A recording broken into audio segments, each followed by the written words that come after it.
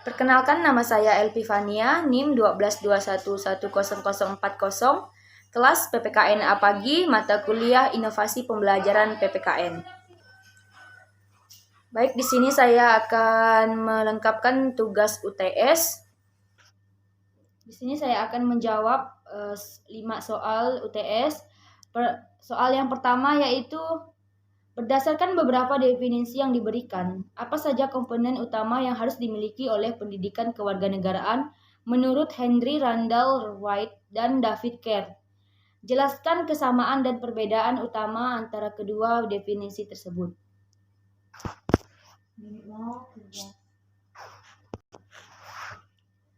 Jawabannya, komponen utama menurut Henry Randall White mendefinisikan pendidikan kewarganegaraan sebagai proses pendidikan yang mempersiapkan individu untuk menjadi warga negara yang baik.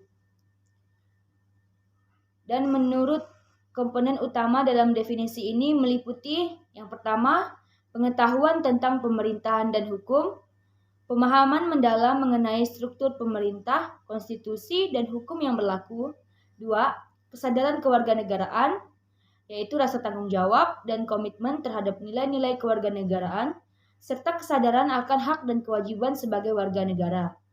Yang ketiga ada partisipasi aktif, yaitu keterlibatan aktif dalam kehidupan bermasyarakat dan bernegara, termasuk dalam proses pemilu dan kegiatan sosial lainnya. Komponen utama menurut David Kerr.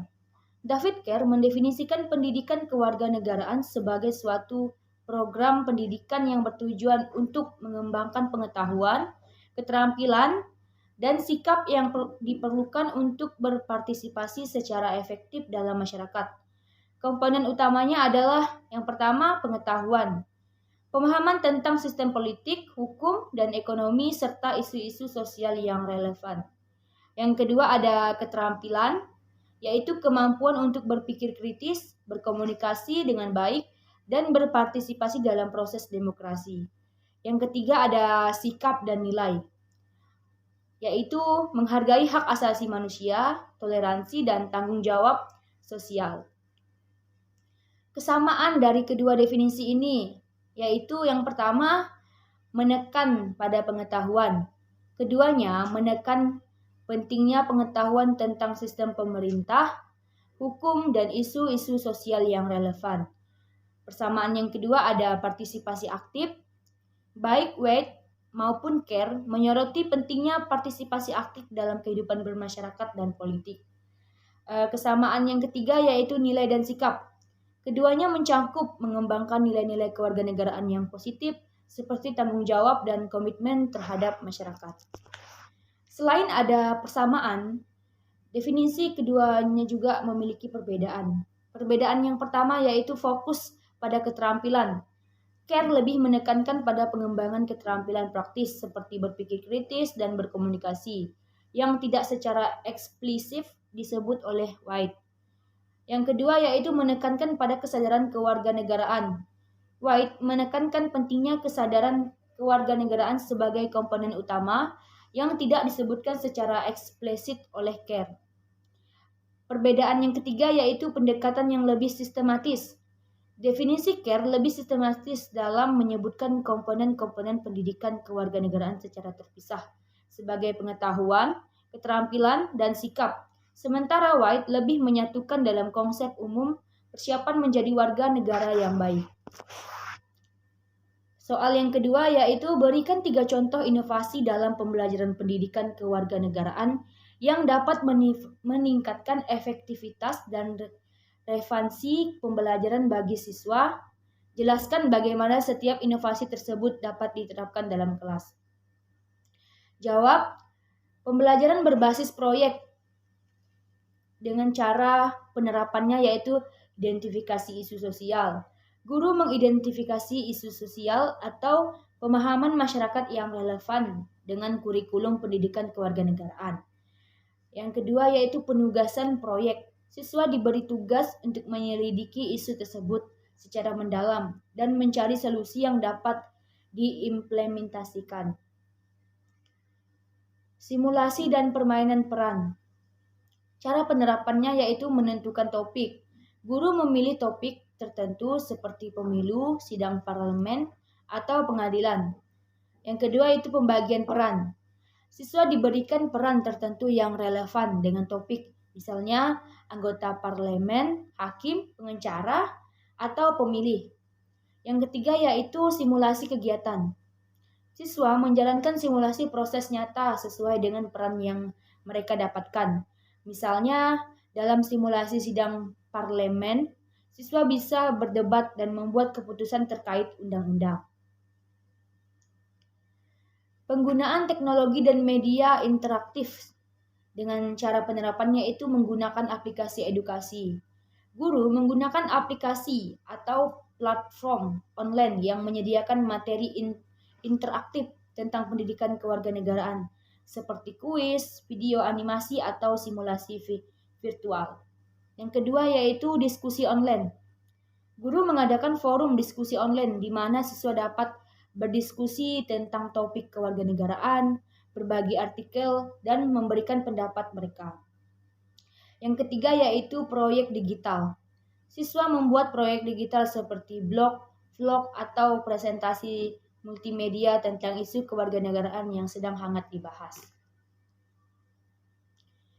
Pertanyaan yang ketiga yaitu bandingkan definisi inovasi menurut Joseph Schumpeter dan Roger Ebert. Bagaimana kedua definisi tersebut dapat diterapkan dalam konteks inovasi pembelajaran pendidikan kewarganegaraan? Jawab, definisi inovasi menurut Joseph Schumpeter mendefinisikan inovasi sebagai proses kreatif yang melibatkan pengenalan produk baru, metode produksi baru, pasar baru, sumber bahan mentah baru, dan bentuk organisasi baru dalam industri. Inovasi menurut Schumpeter adalah kekuatan penggerak utama di balik pertumbuhan ekonomi dan perkembangan industri. Penerapan inovasi dalam pembelajaran pendidikan kewarganegaraan menurut Roger bisa difokuskan pada proses difusi dan adopsi inovasi oleh guru dan siswa. Dengan menggabungkan kedua perspektif ini, inovasi dalam pembelajaran pendidikan kewarganegaraan dapat dilakukan dengan memperkenalkan elemen-elemen baru yang kreatif dan memastikan bahwa proses adopsi dan difusi inovasi dilakukan secara efektif dan sesuai dengan konteks pendidikan. Baik, pertanyaan yang nomor 4 yaitu jelaskan manfaat pembelajaran berbasis proyek dalam pendidikan kewarganegaraan dan berikan contoh proyek yang dapat diterapkan di kelas untuk meningkatkan pemahaman siswa tentang demokrasi. Jawabannya yaitu peningkatan keterampilan berpikir kritis. Siswa belajar menganalisis isu-isu sosial dan politik, mengevaluasi informasi, dan membuat keputusan berdasarkan data yang relevan. Pengembangan keterampilan kolaborasi. PBL mendorong siswa untuk bekerja sama dalam tim, meningkatkan keterampilan komunikasi dan kerjasama mereka. Ada pula contoh proyek yang dapat diterapkan di kelas untuk meningkatkan pemahaman siswa tentang demokrasi, yaitu siswa mengorganisir dan melaksanakan pemilihan umum di sekolah untuk memilih anggota OSIS atau organisasi siswa intrasekolah atau dewan siswa lainnya. Proyek ini mesimulasikan proses pemilihan umum yang sebenarnya, memberi pengalaman praktis tentang demokrasi.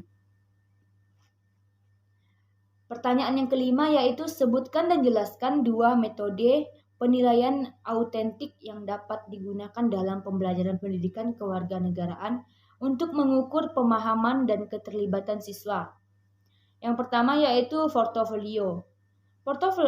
Portofolio adalah kumpulan karya siswa yang menunjukkan perkembangan dan pencapaian mereka dalam jangka waktu tertentu. Portofolio dapat mencangkup berbagai jenis karya seperti esai, proyek, jurnal refleksi, presentasi, dan tugas-tugas lain yang relevan dengan pembelajaran pendidikan kewarganegaraan. Yang ketiga yaitu penilaian proyek. Penilaian proyek melibatkan evaluasi terhadap proyek-proyek yang telah diselesaikan oleh siswa. Proyek ini biasanya memerlukan penelitian, pemecahan masalah, dan presentasi hasil kerja siswa terkait dengan topik pendidikan kewarganegaraan. Baik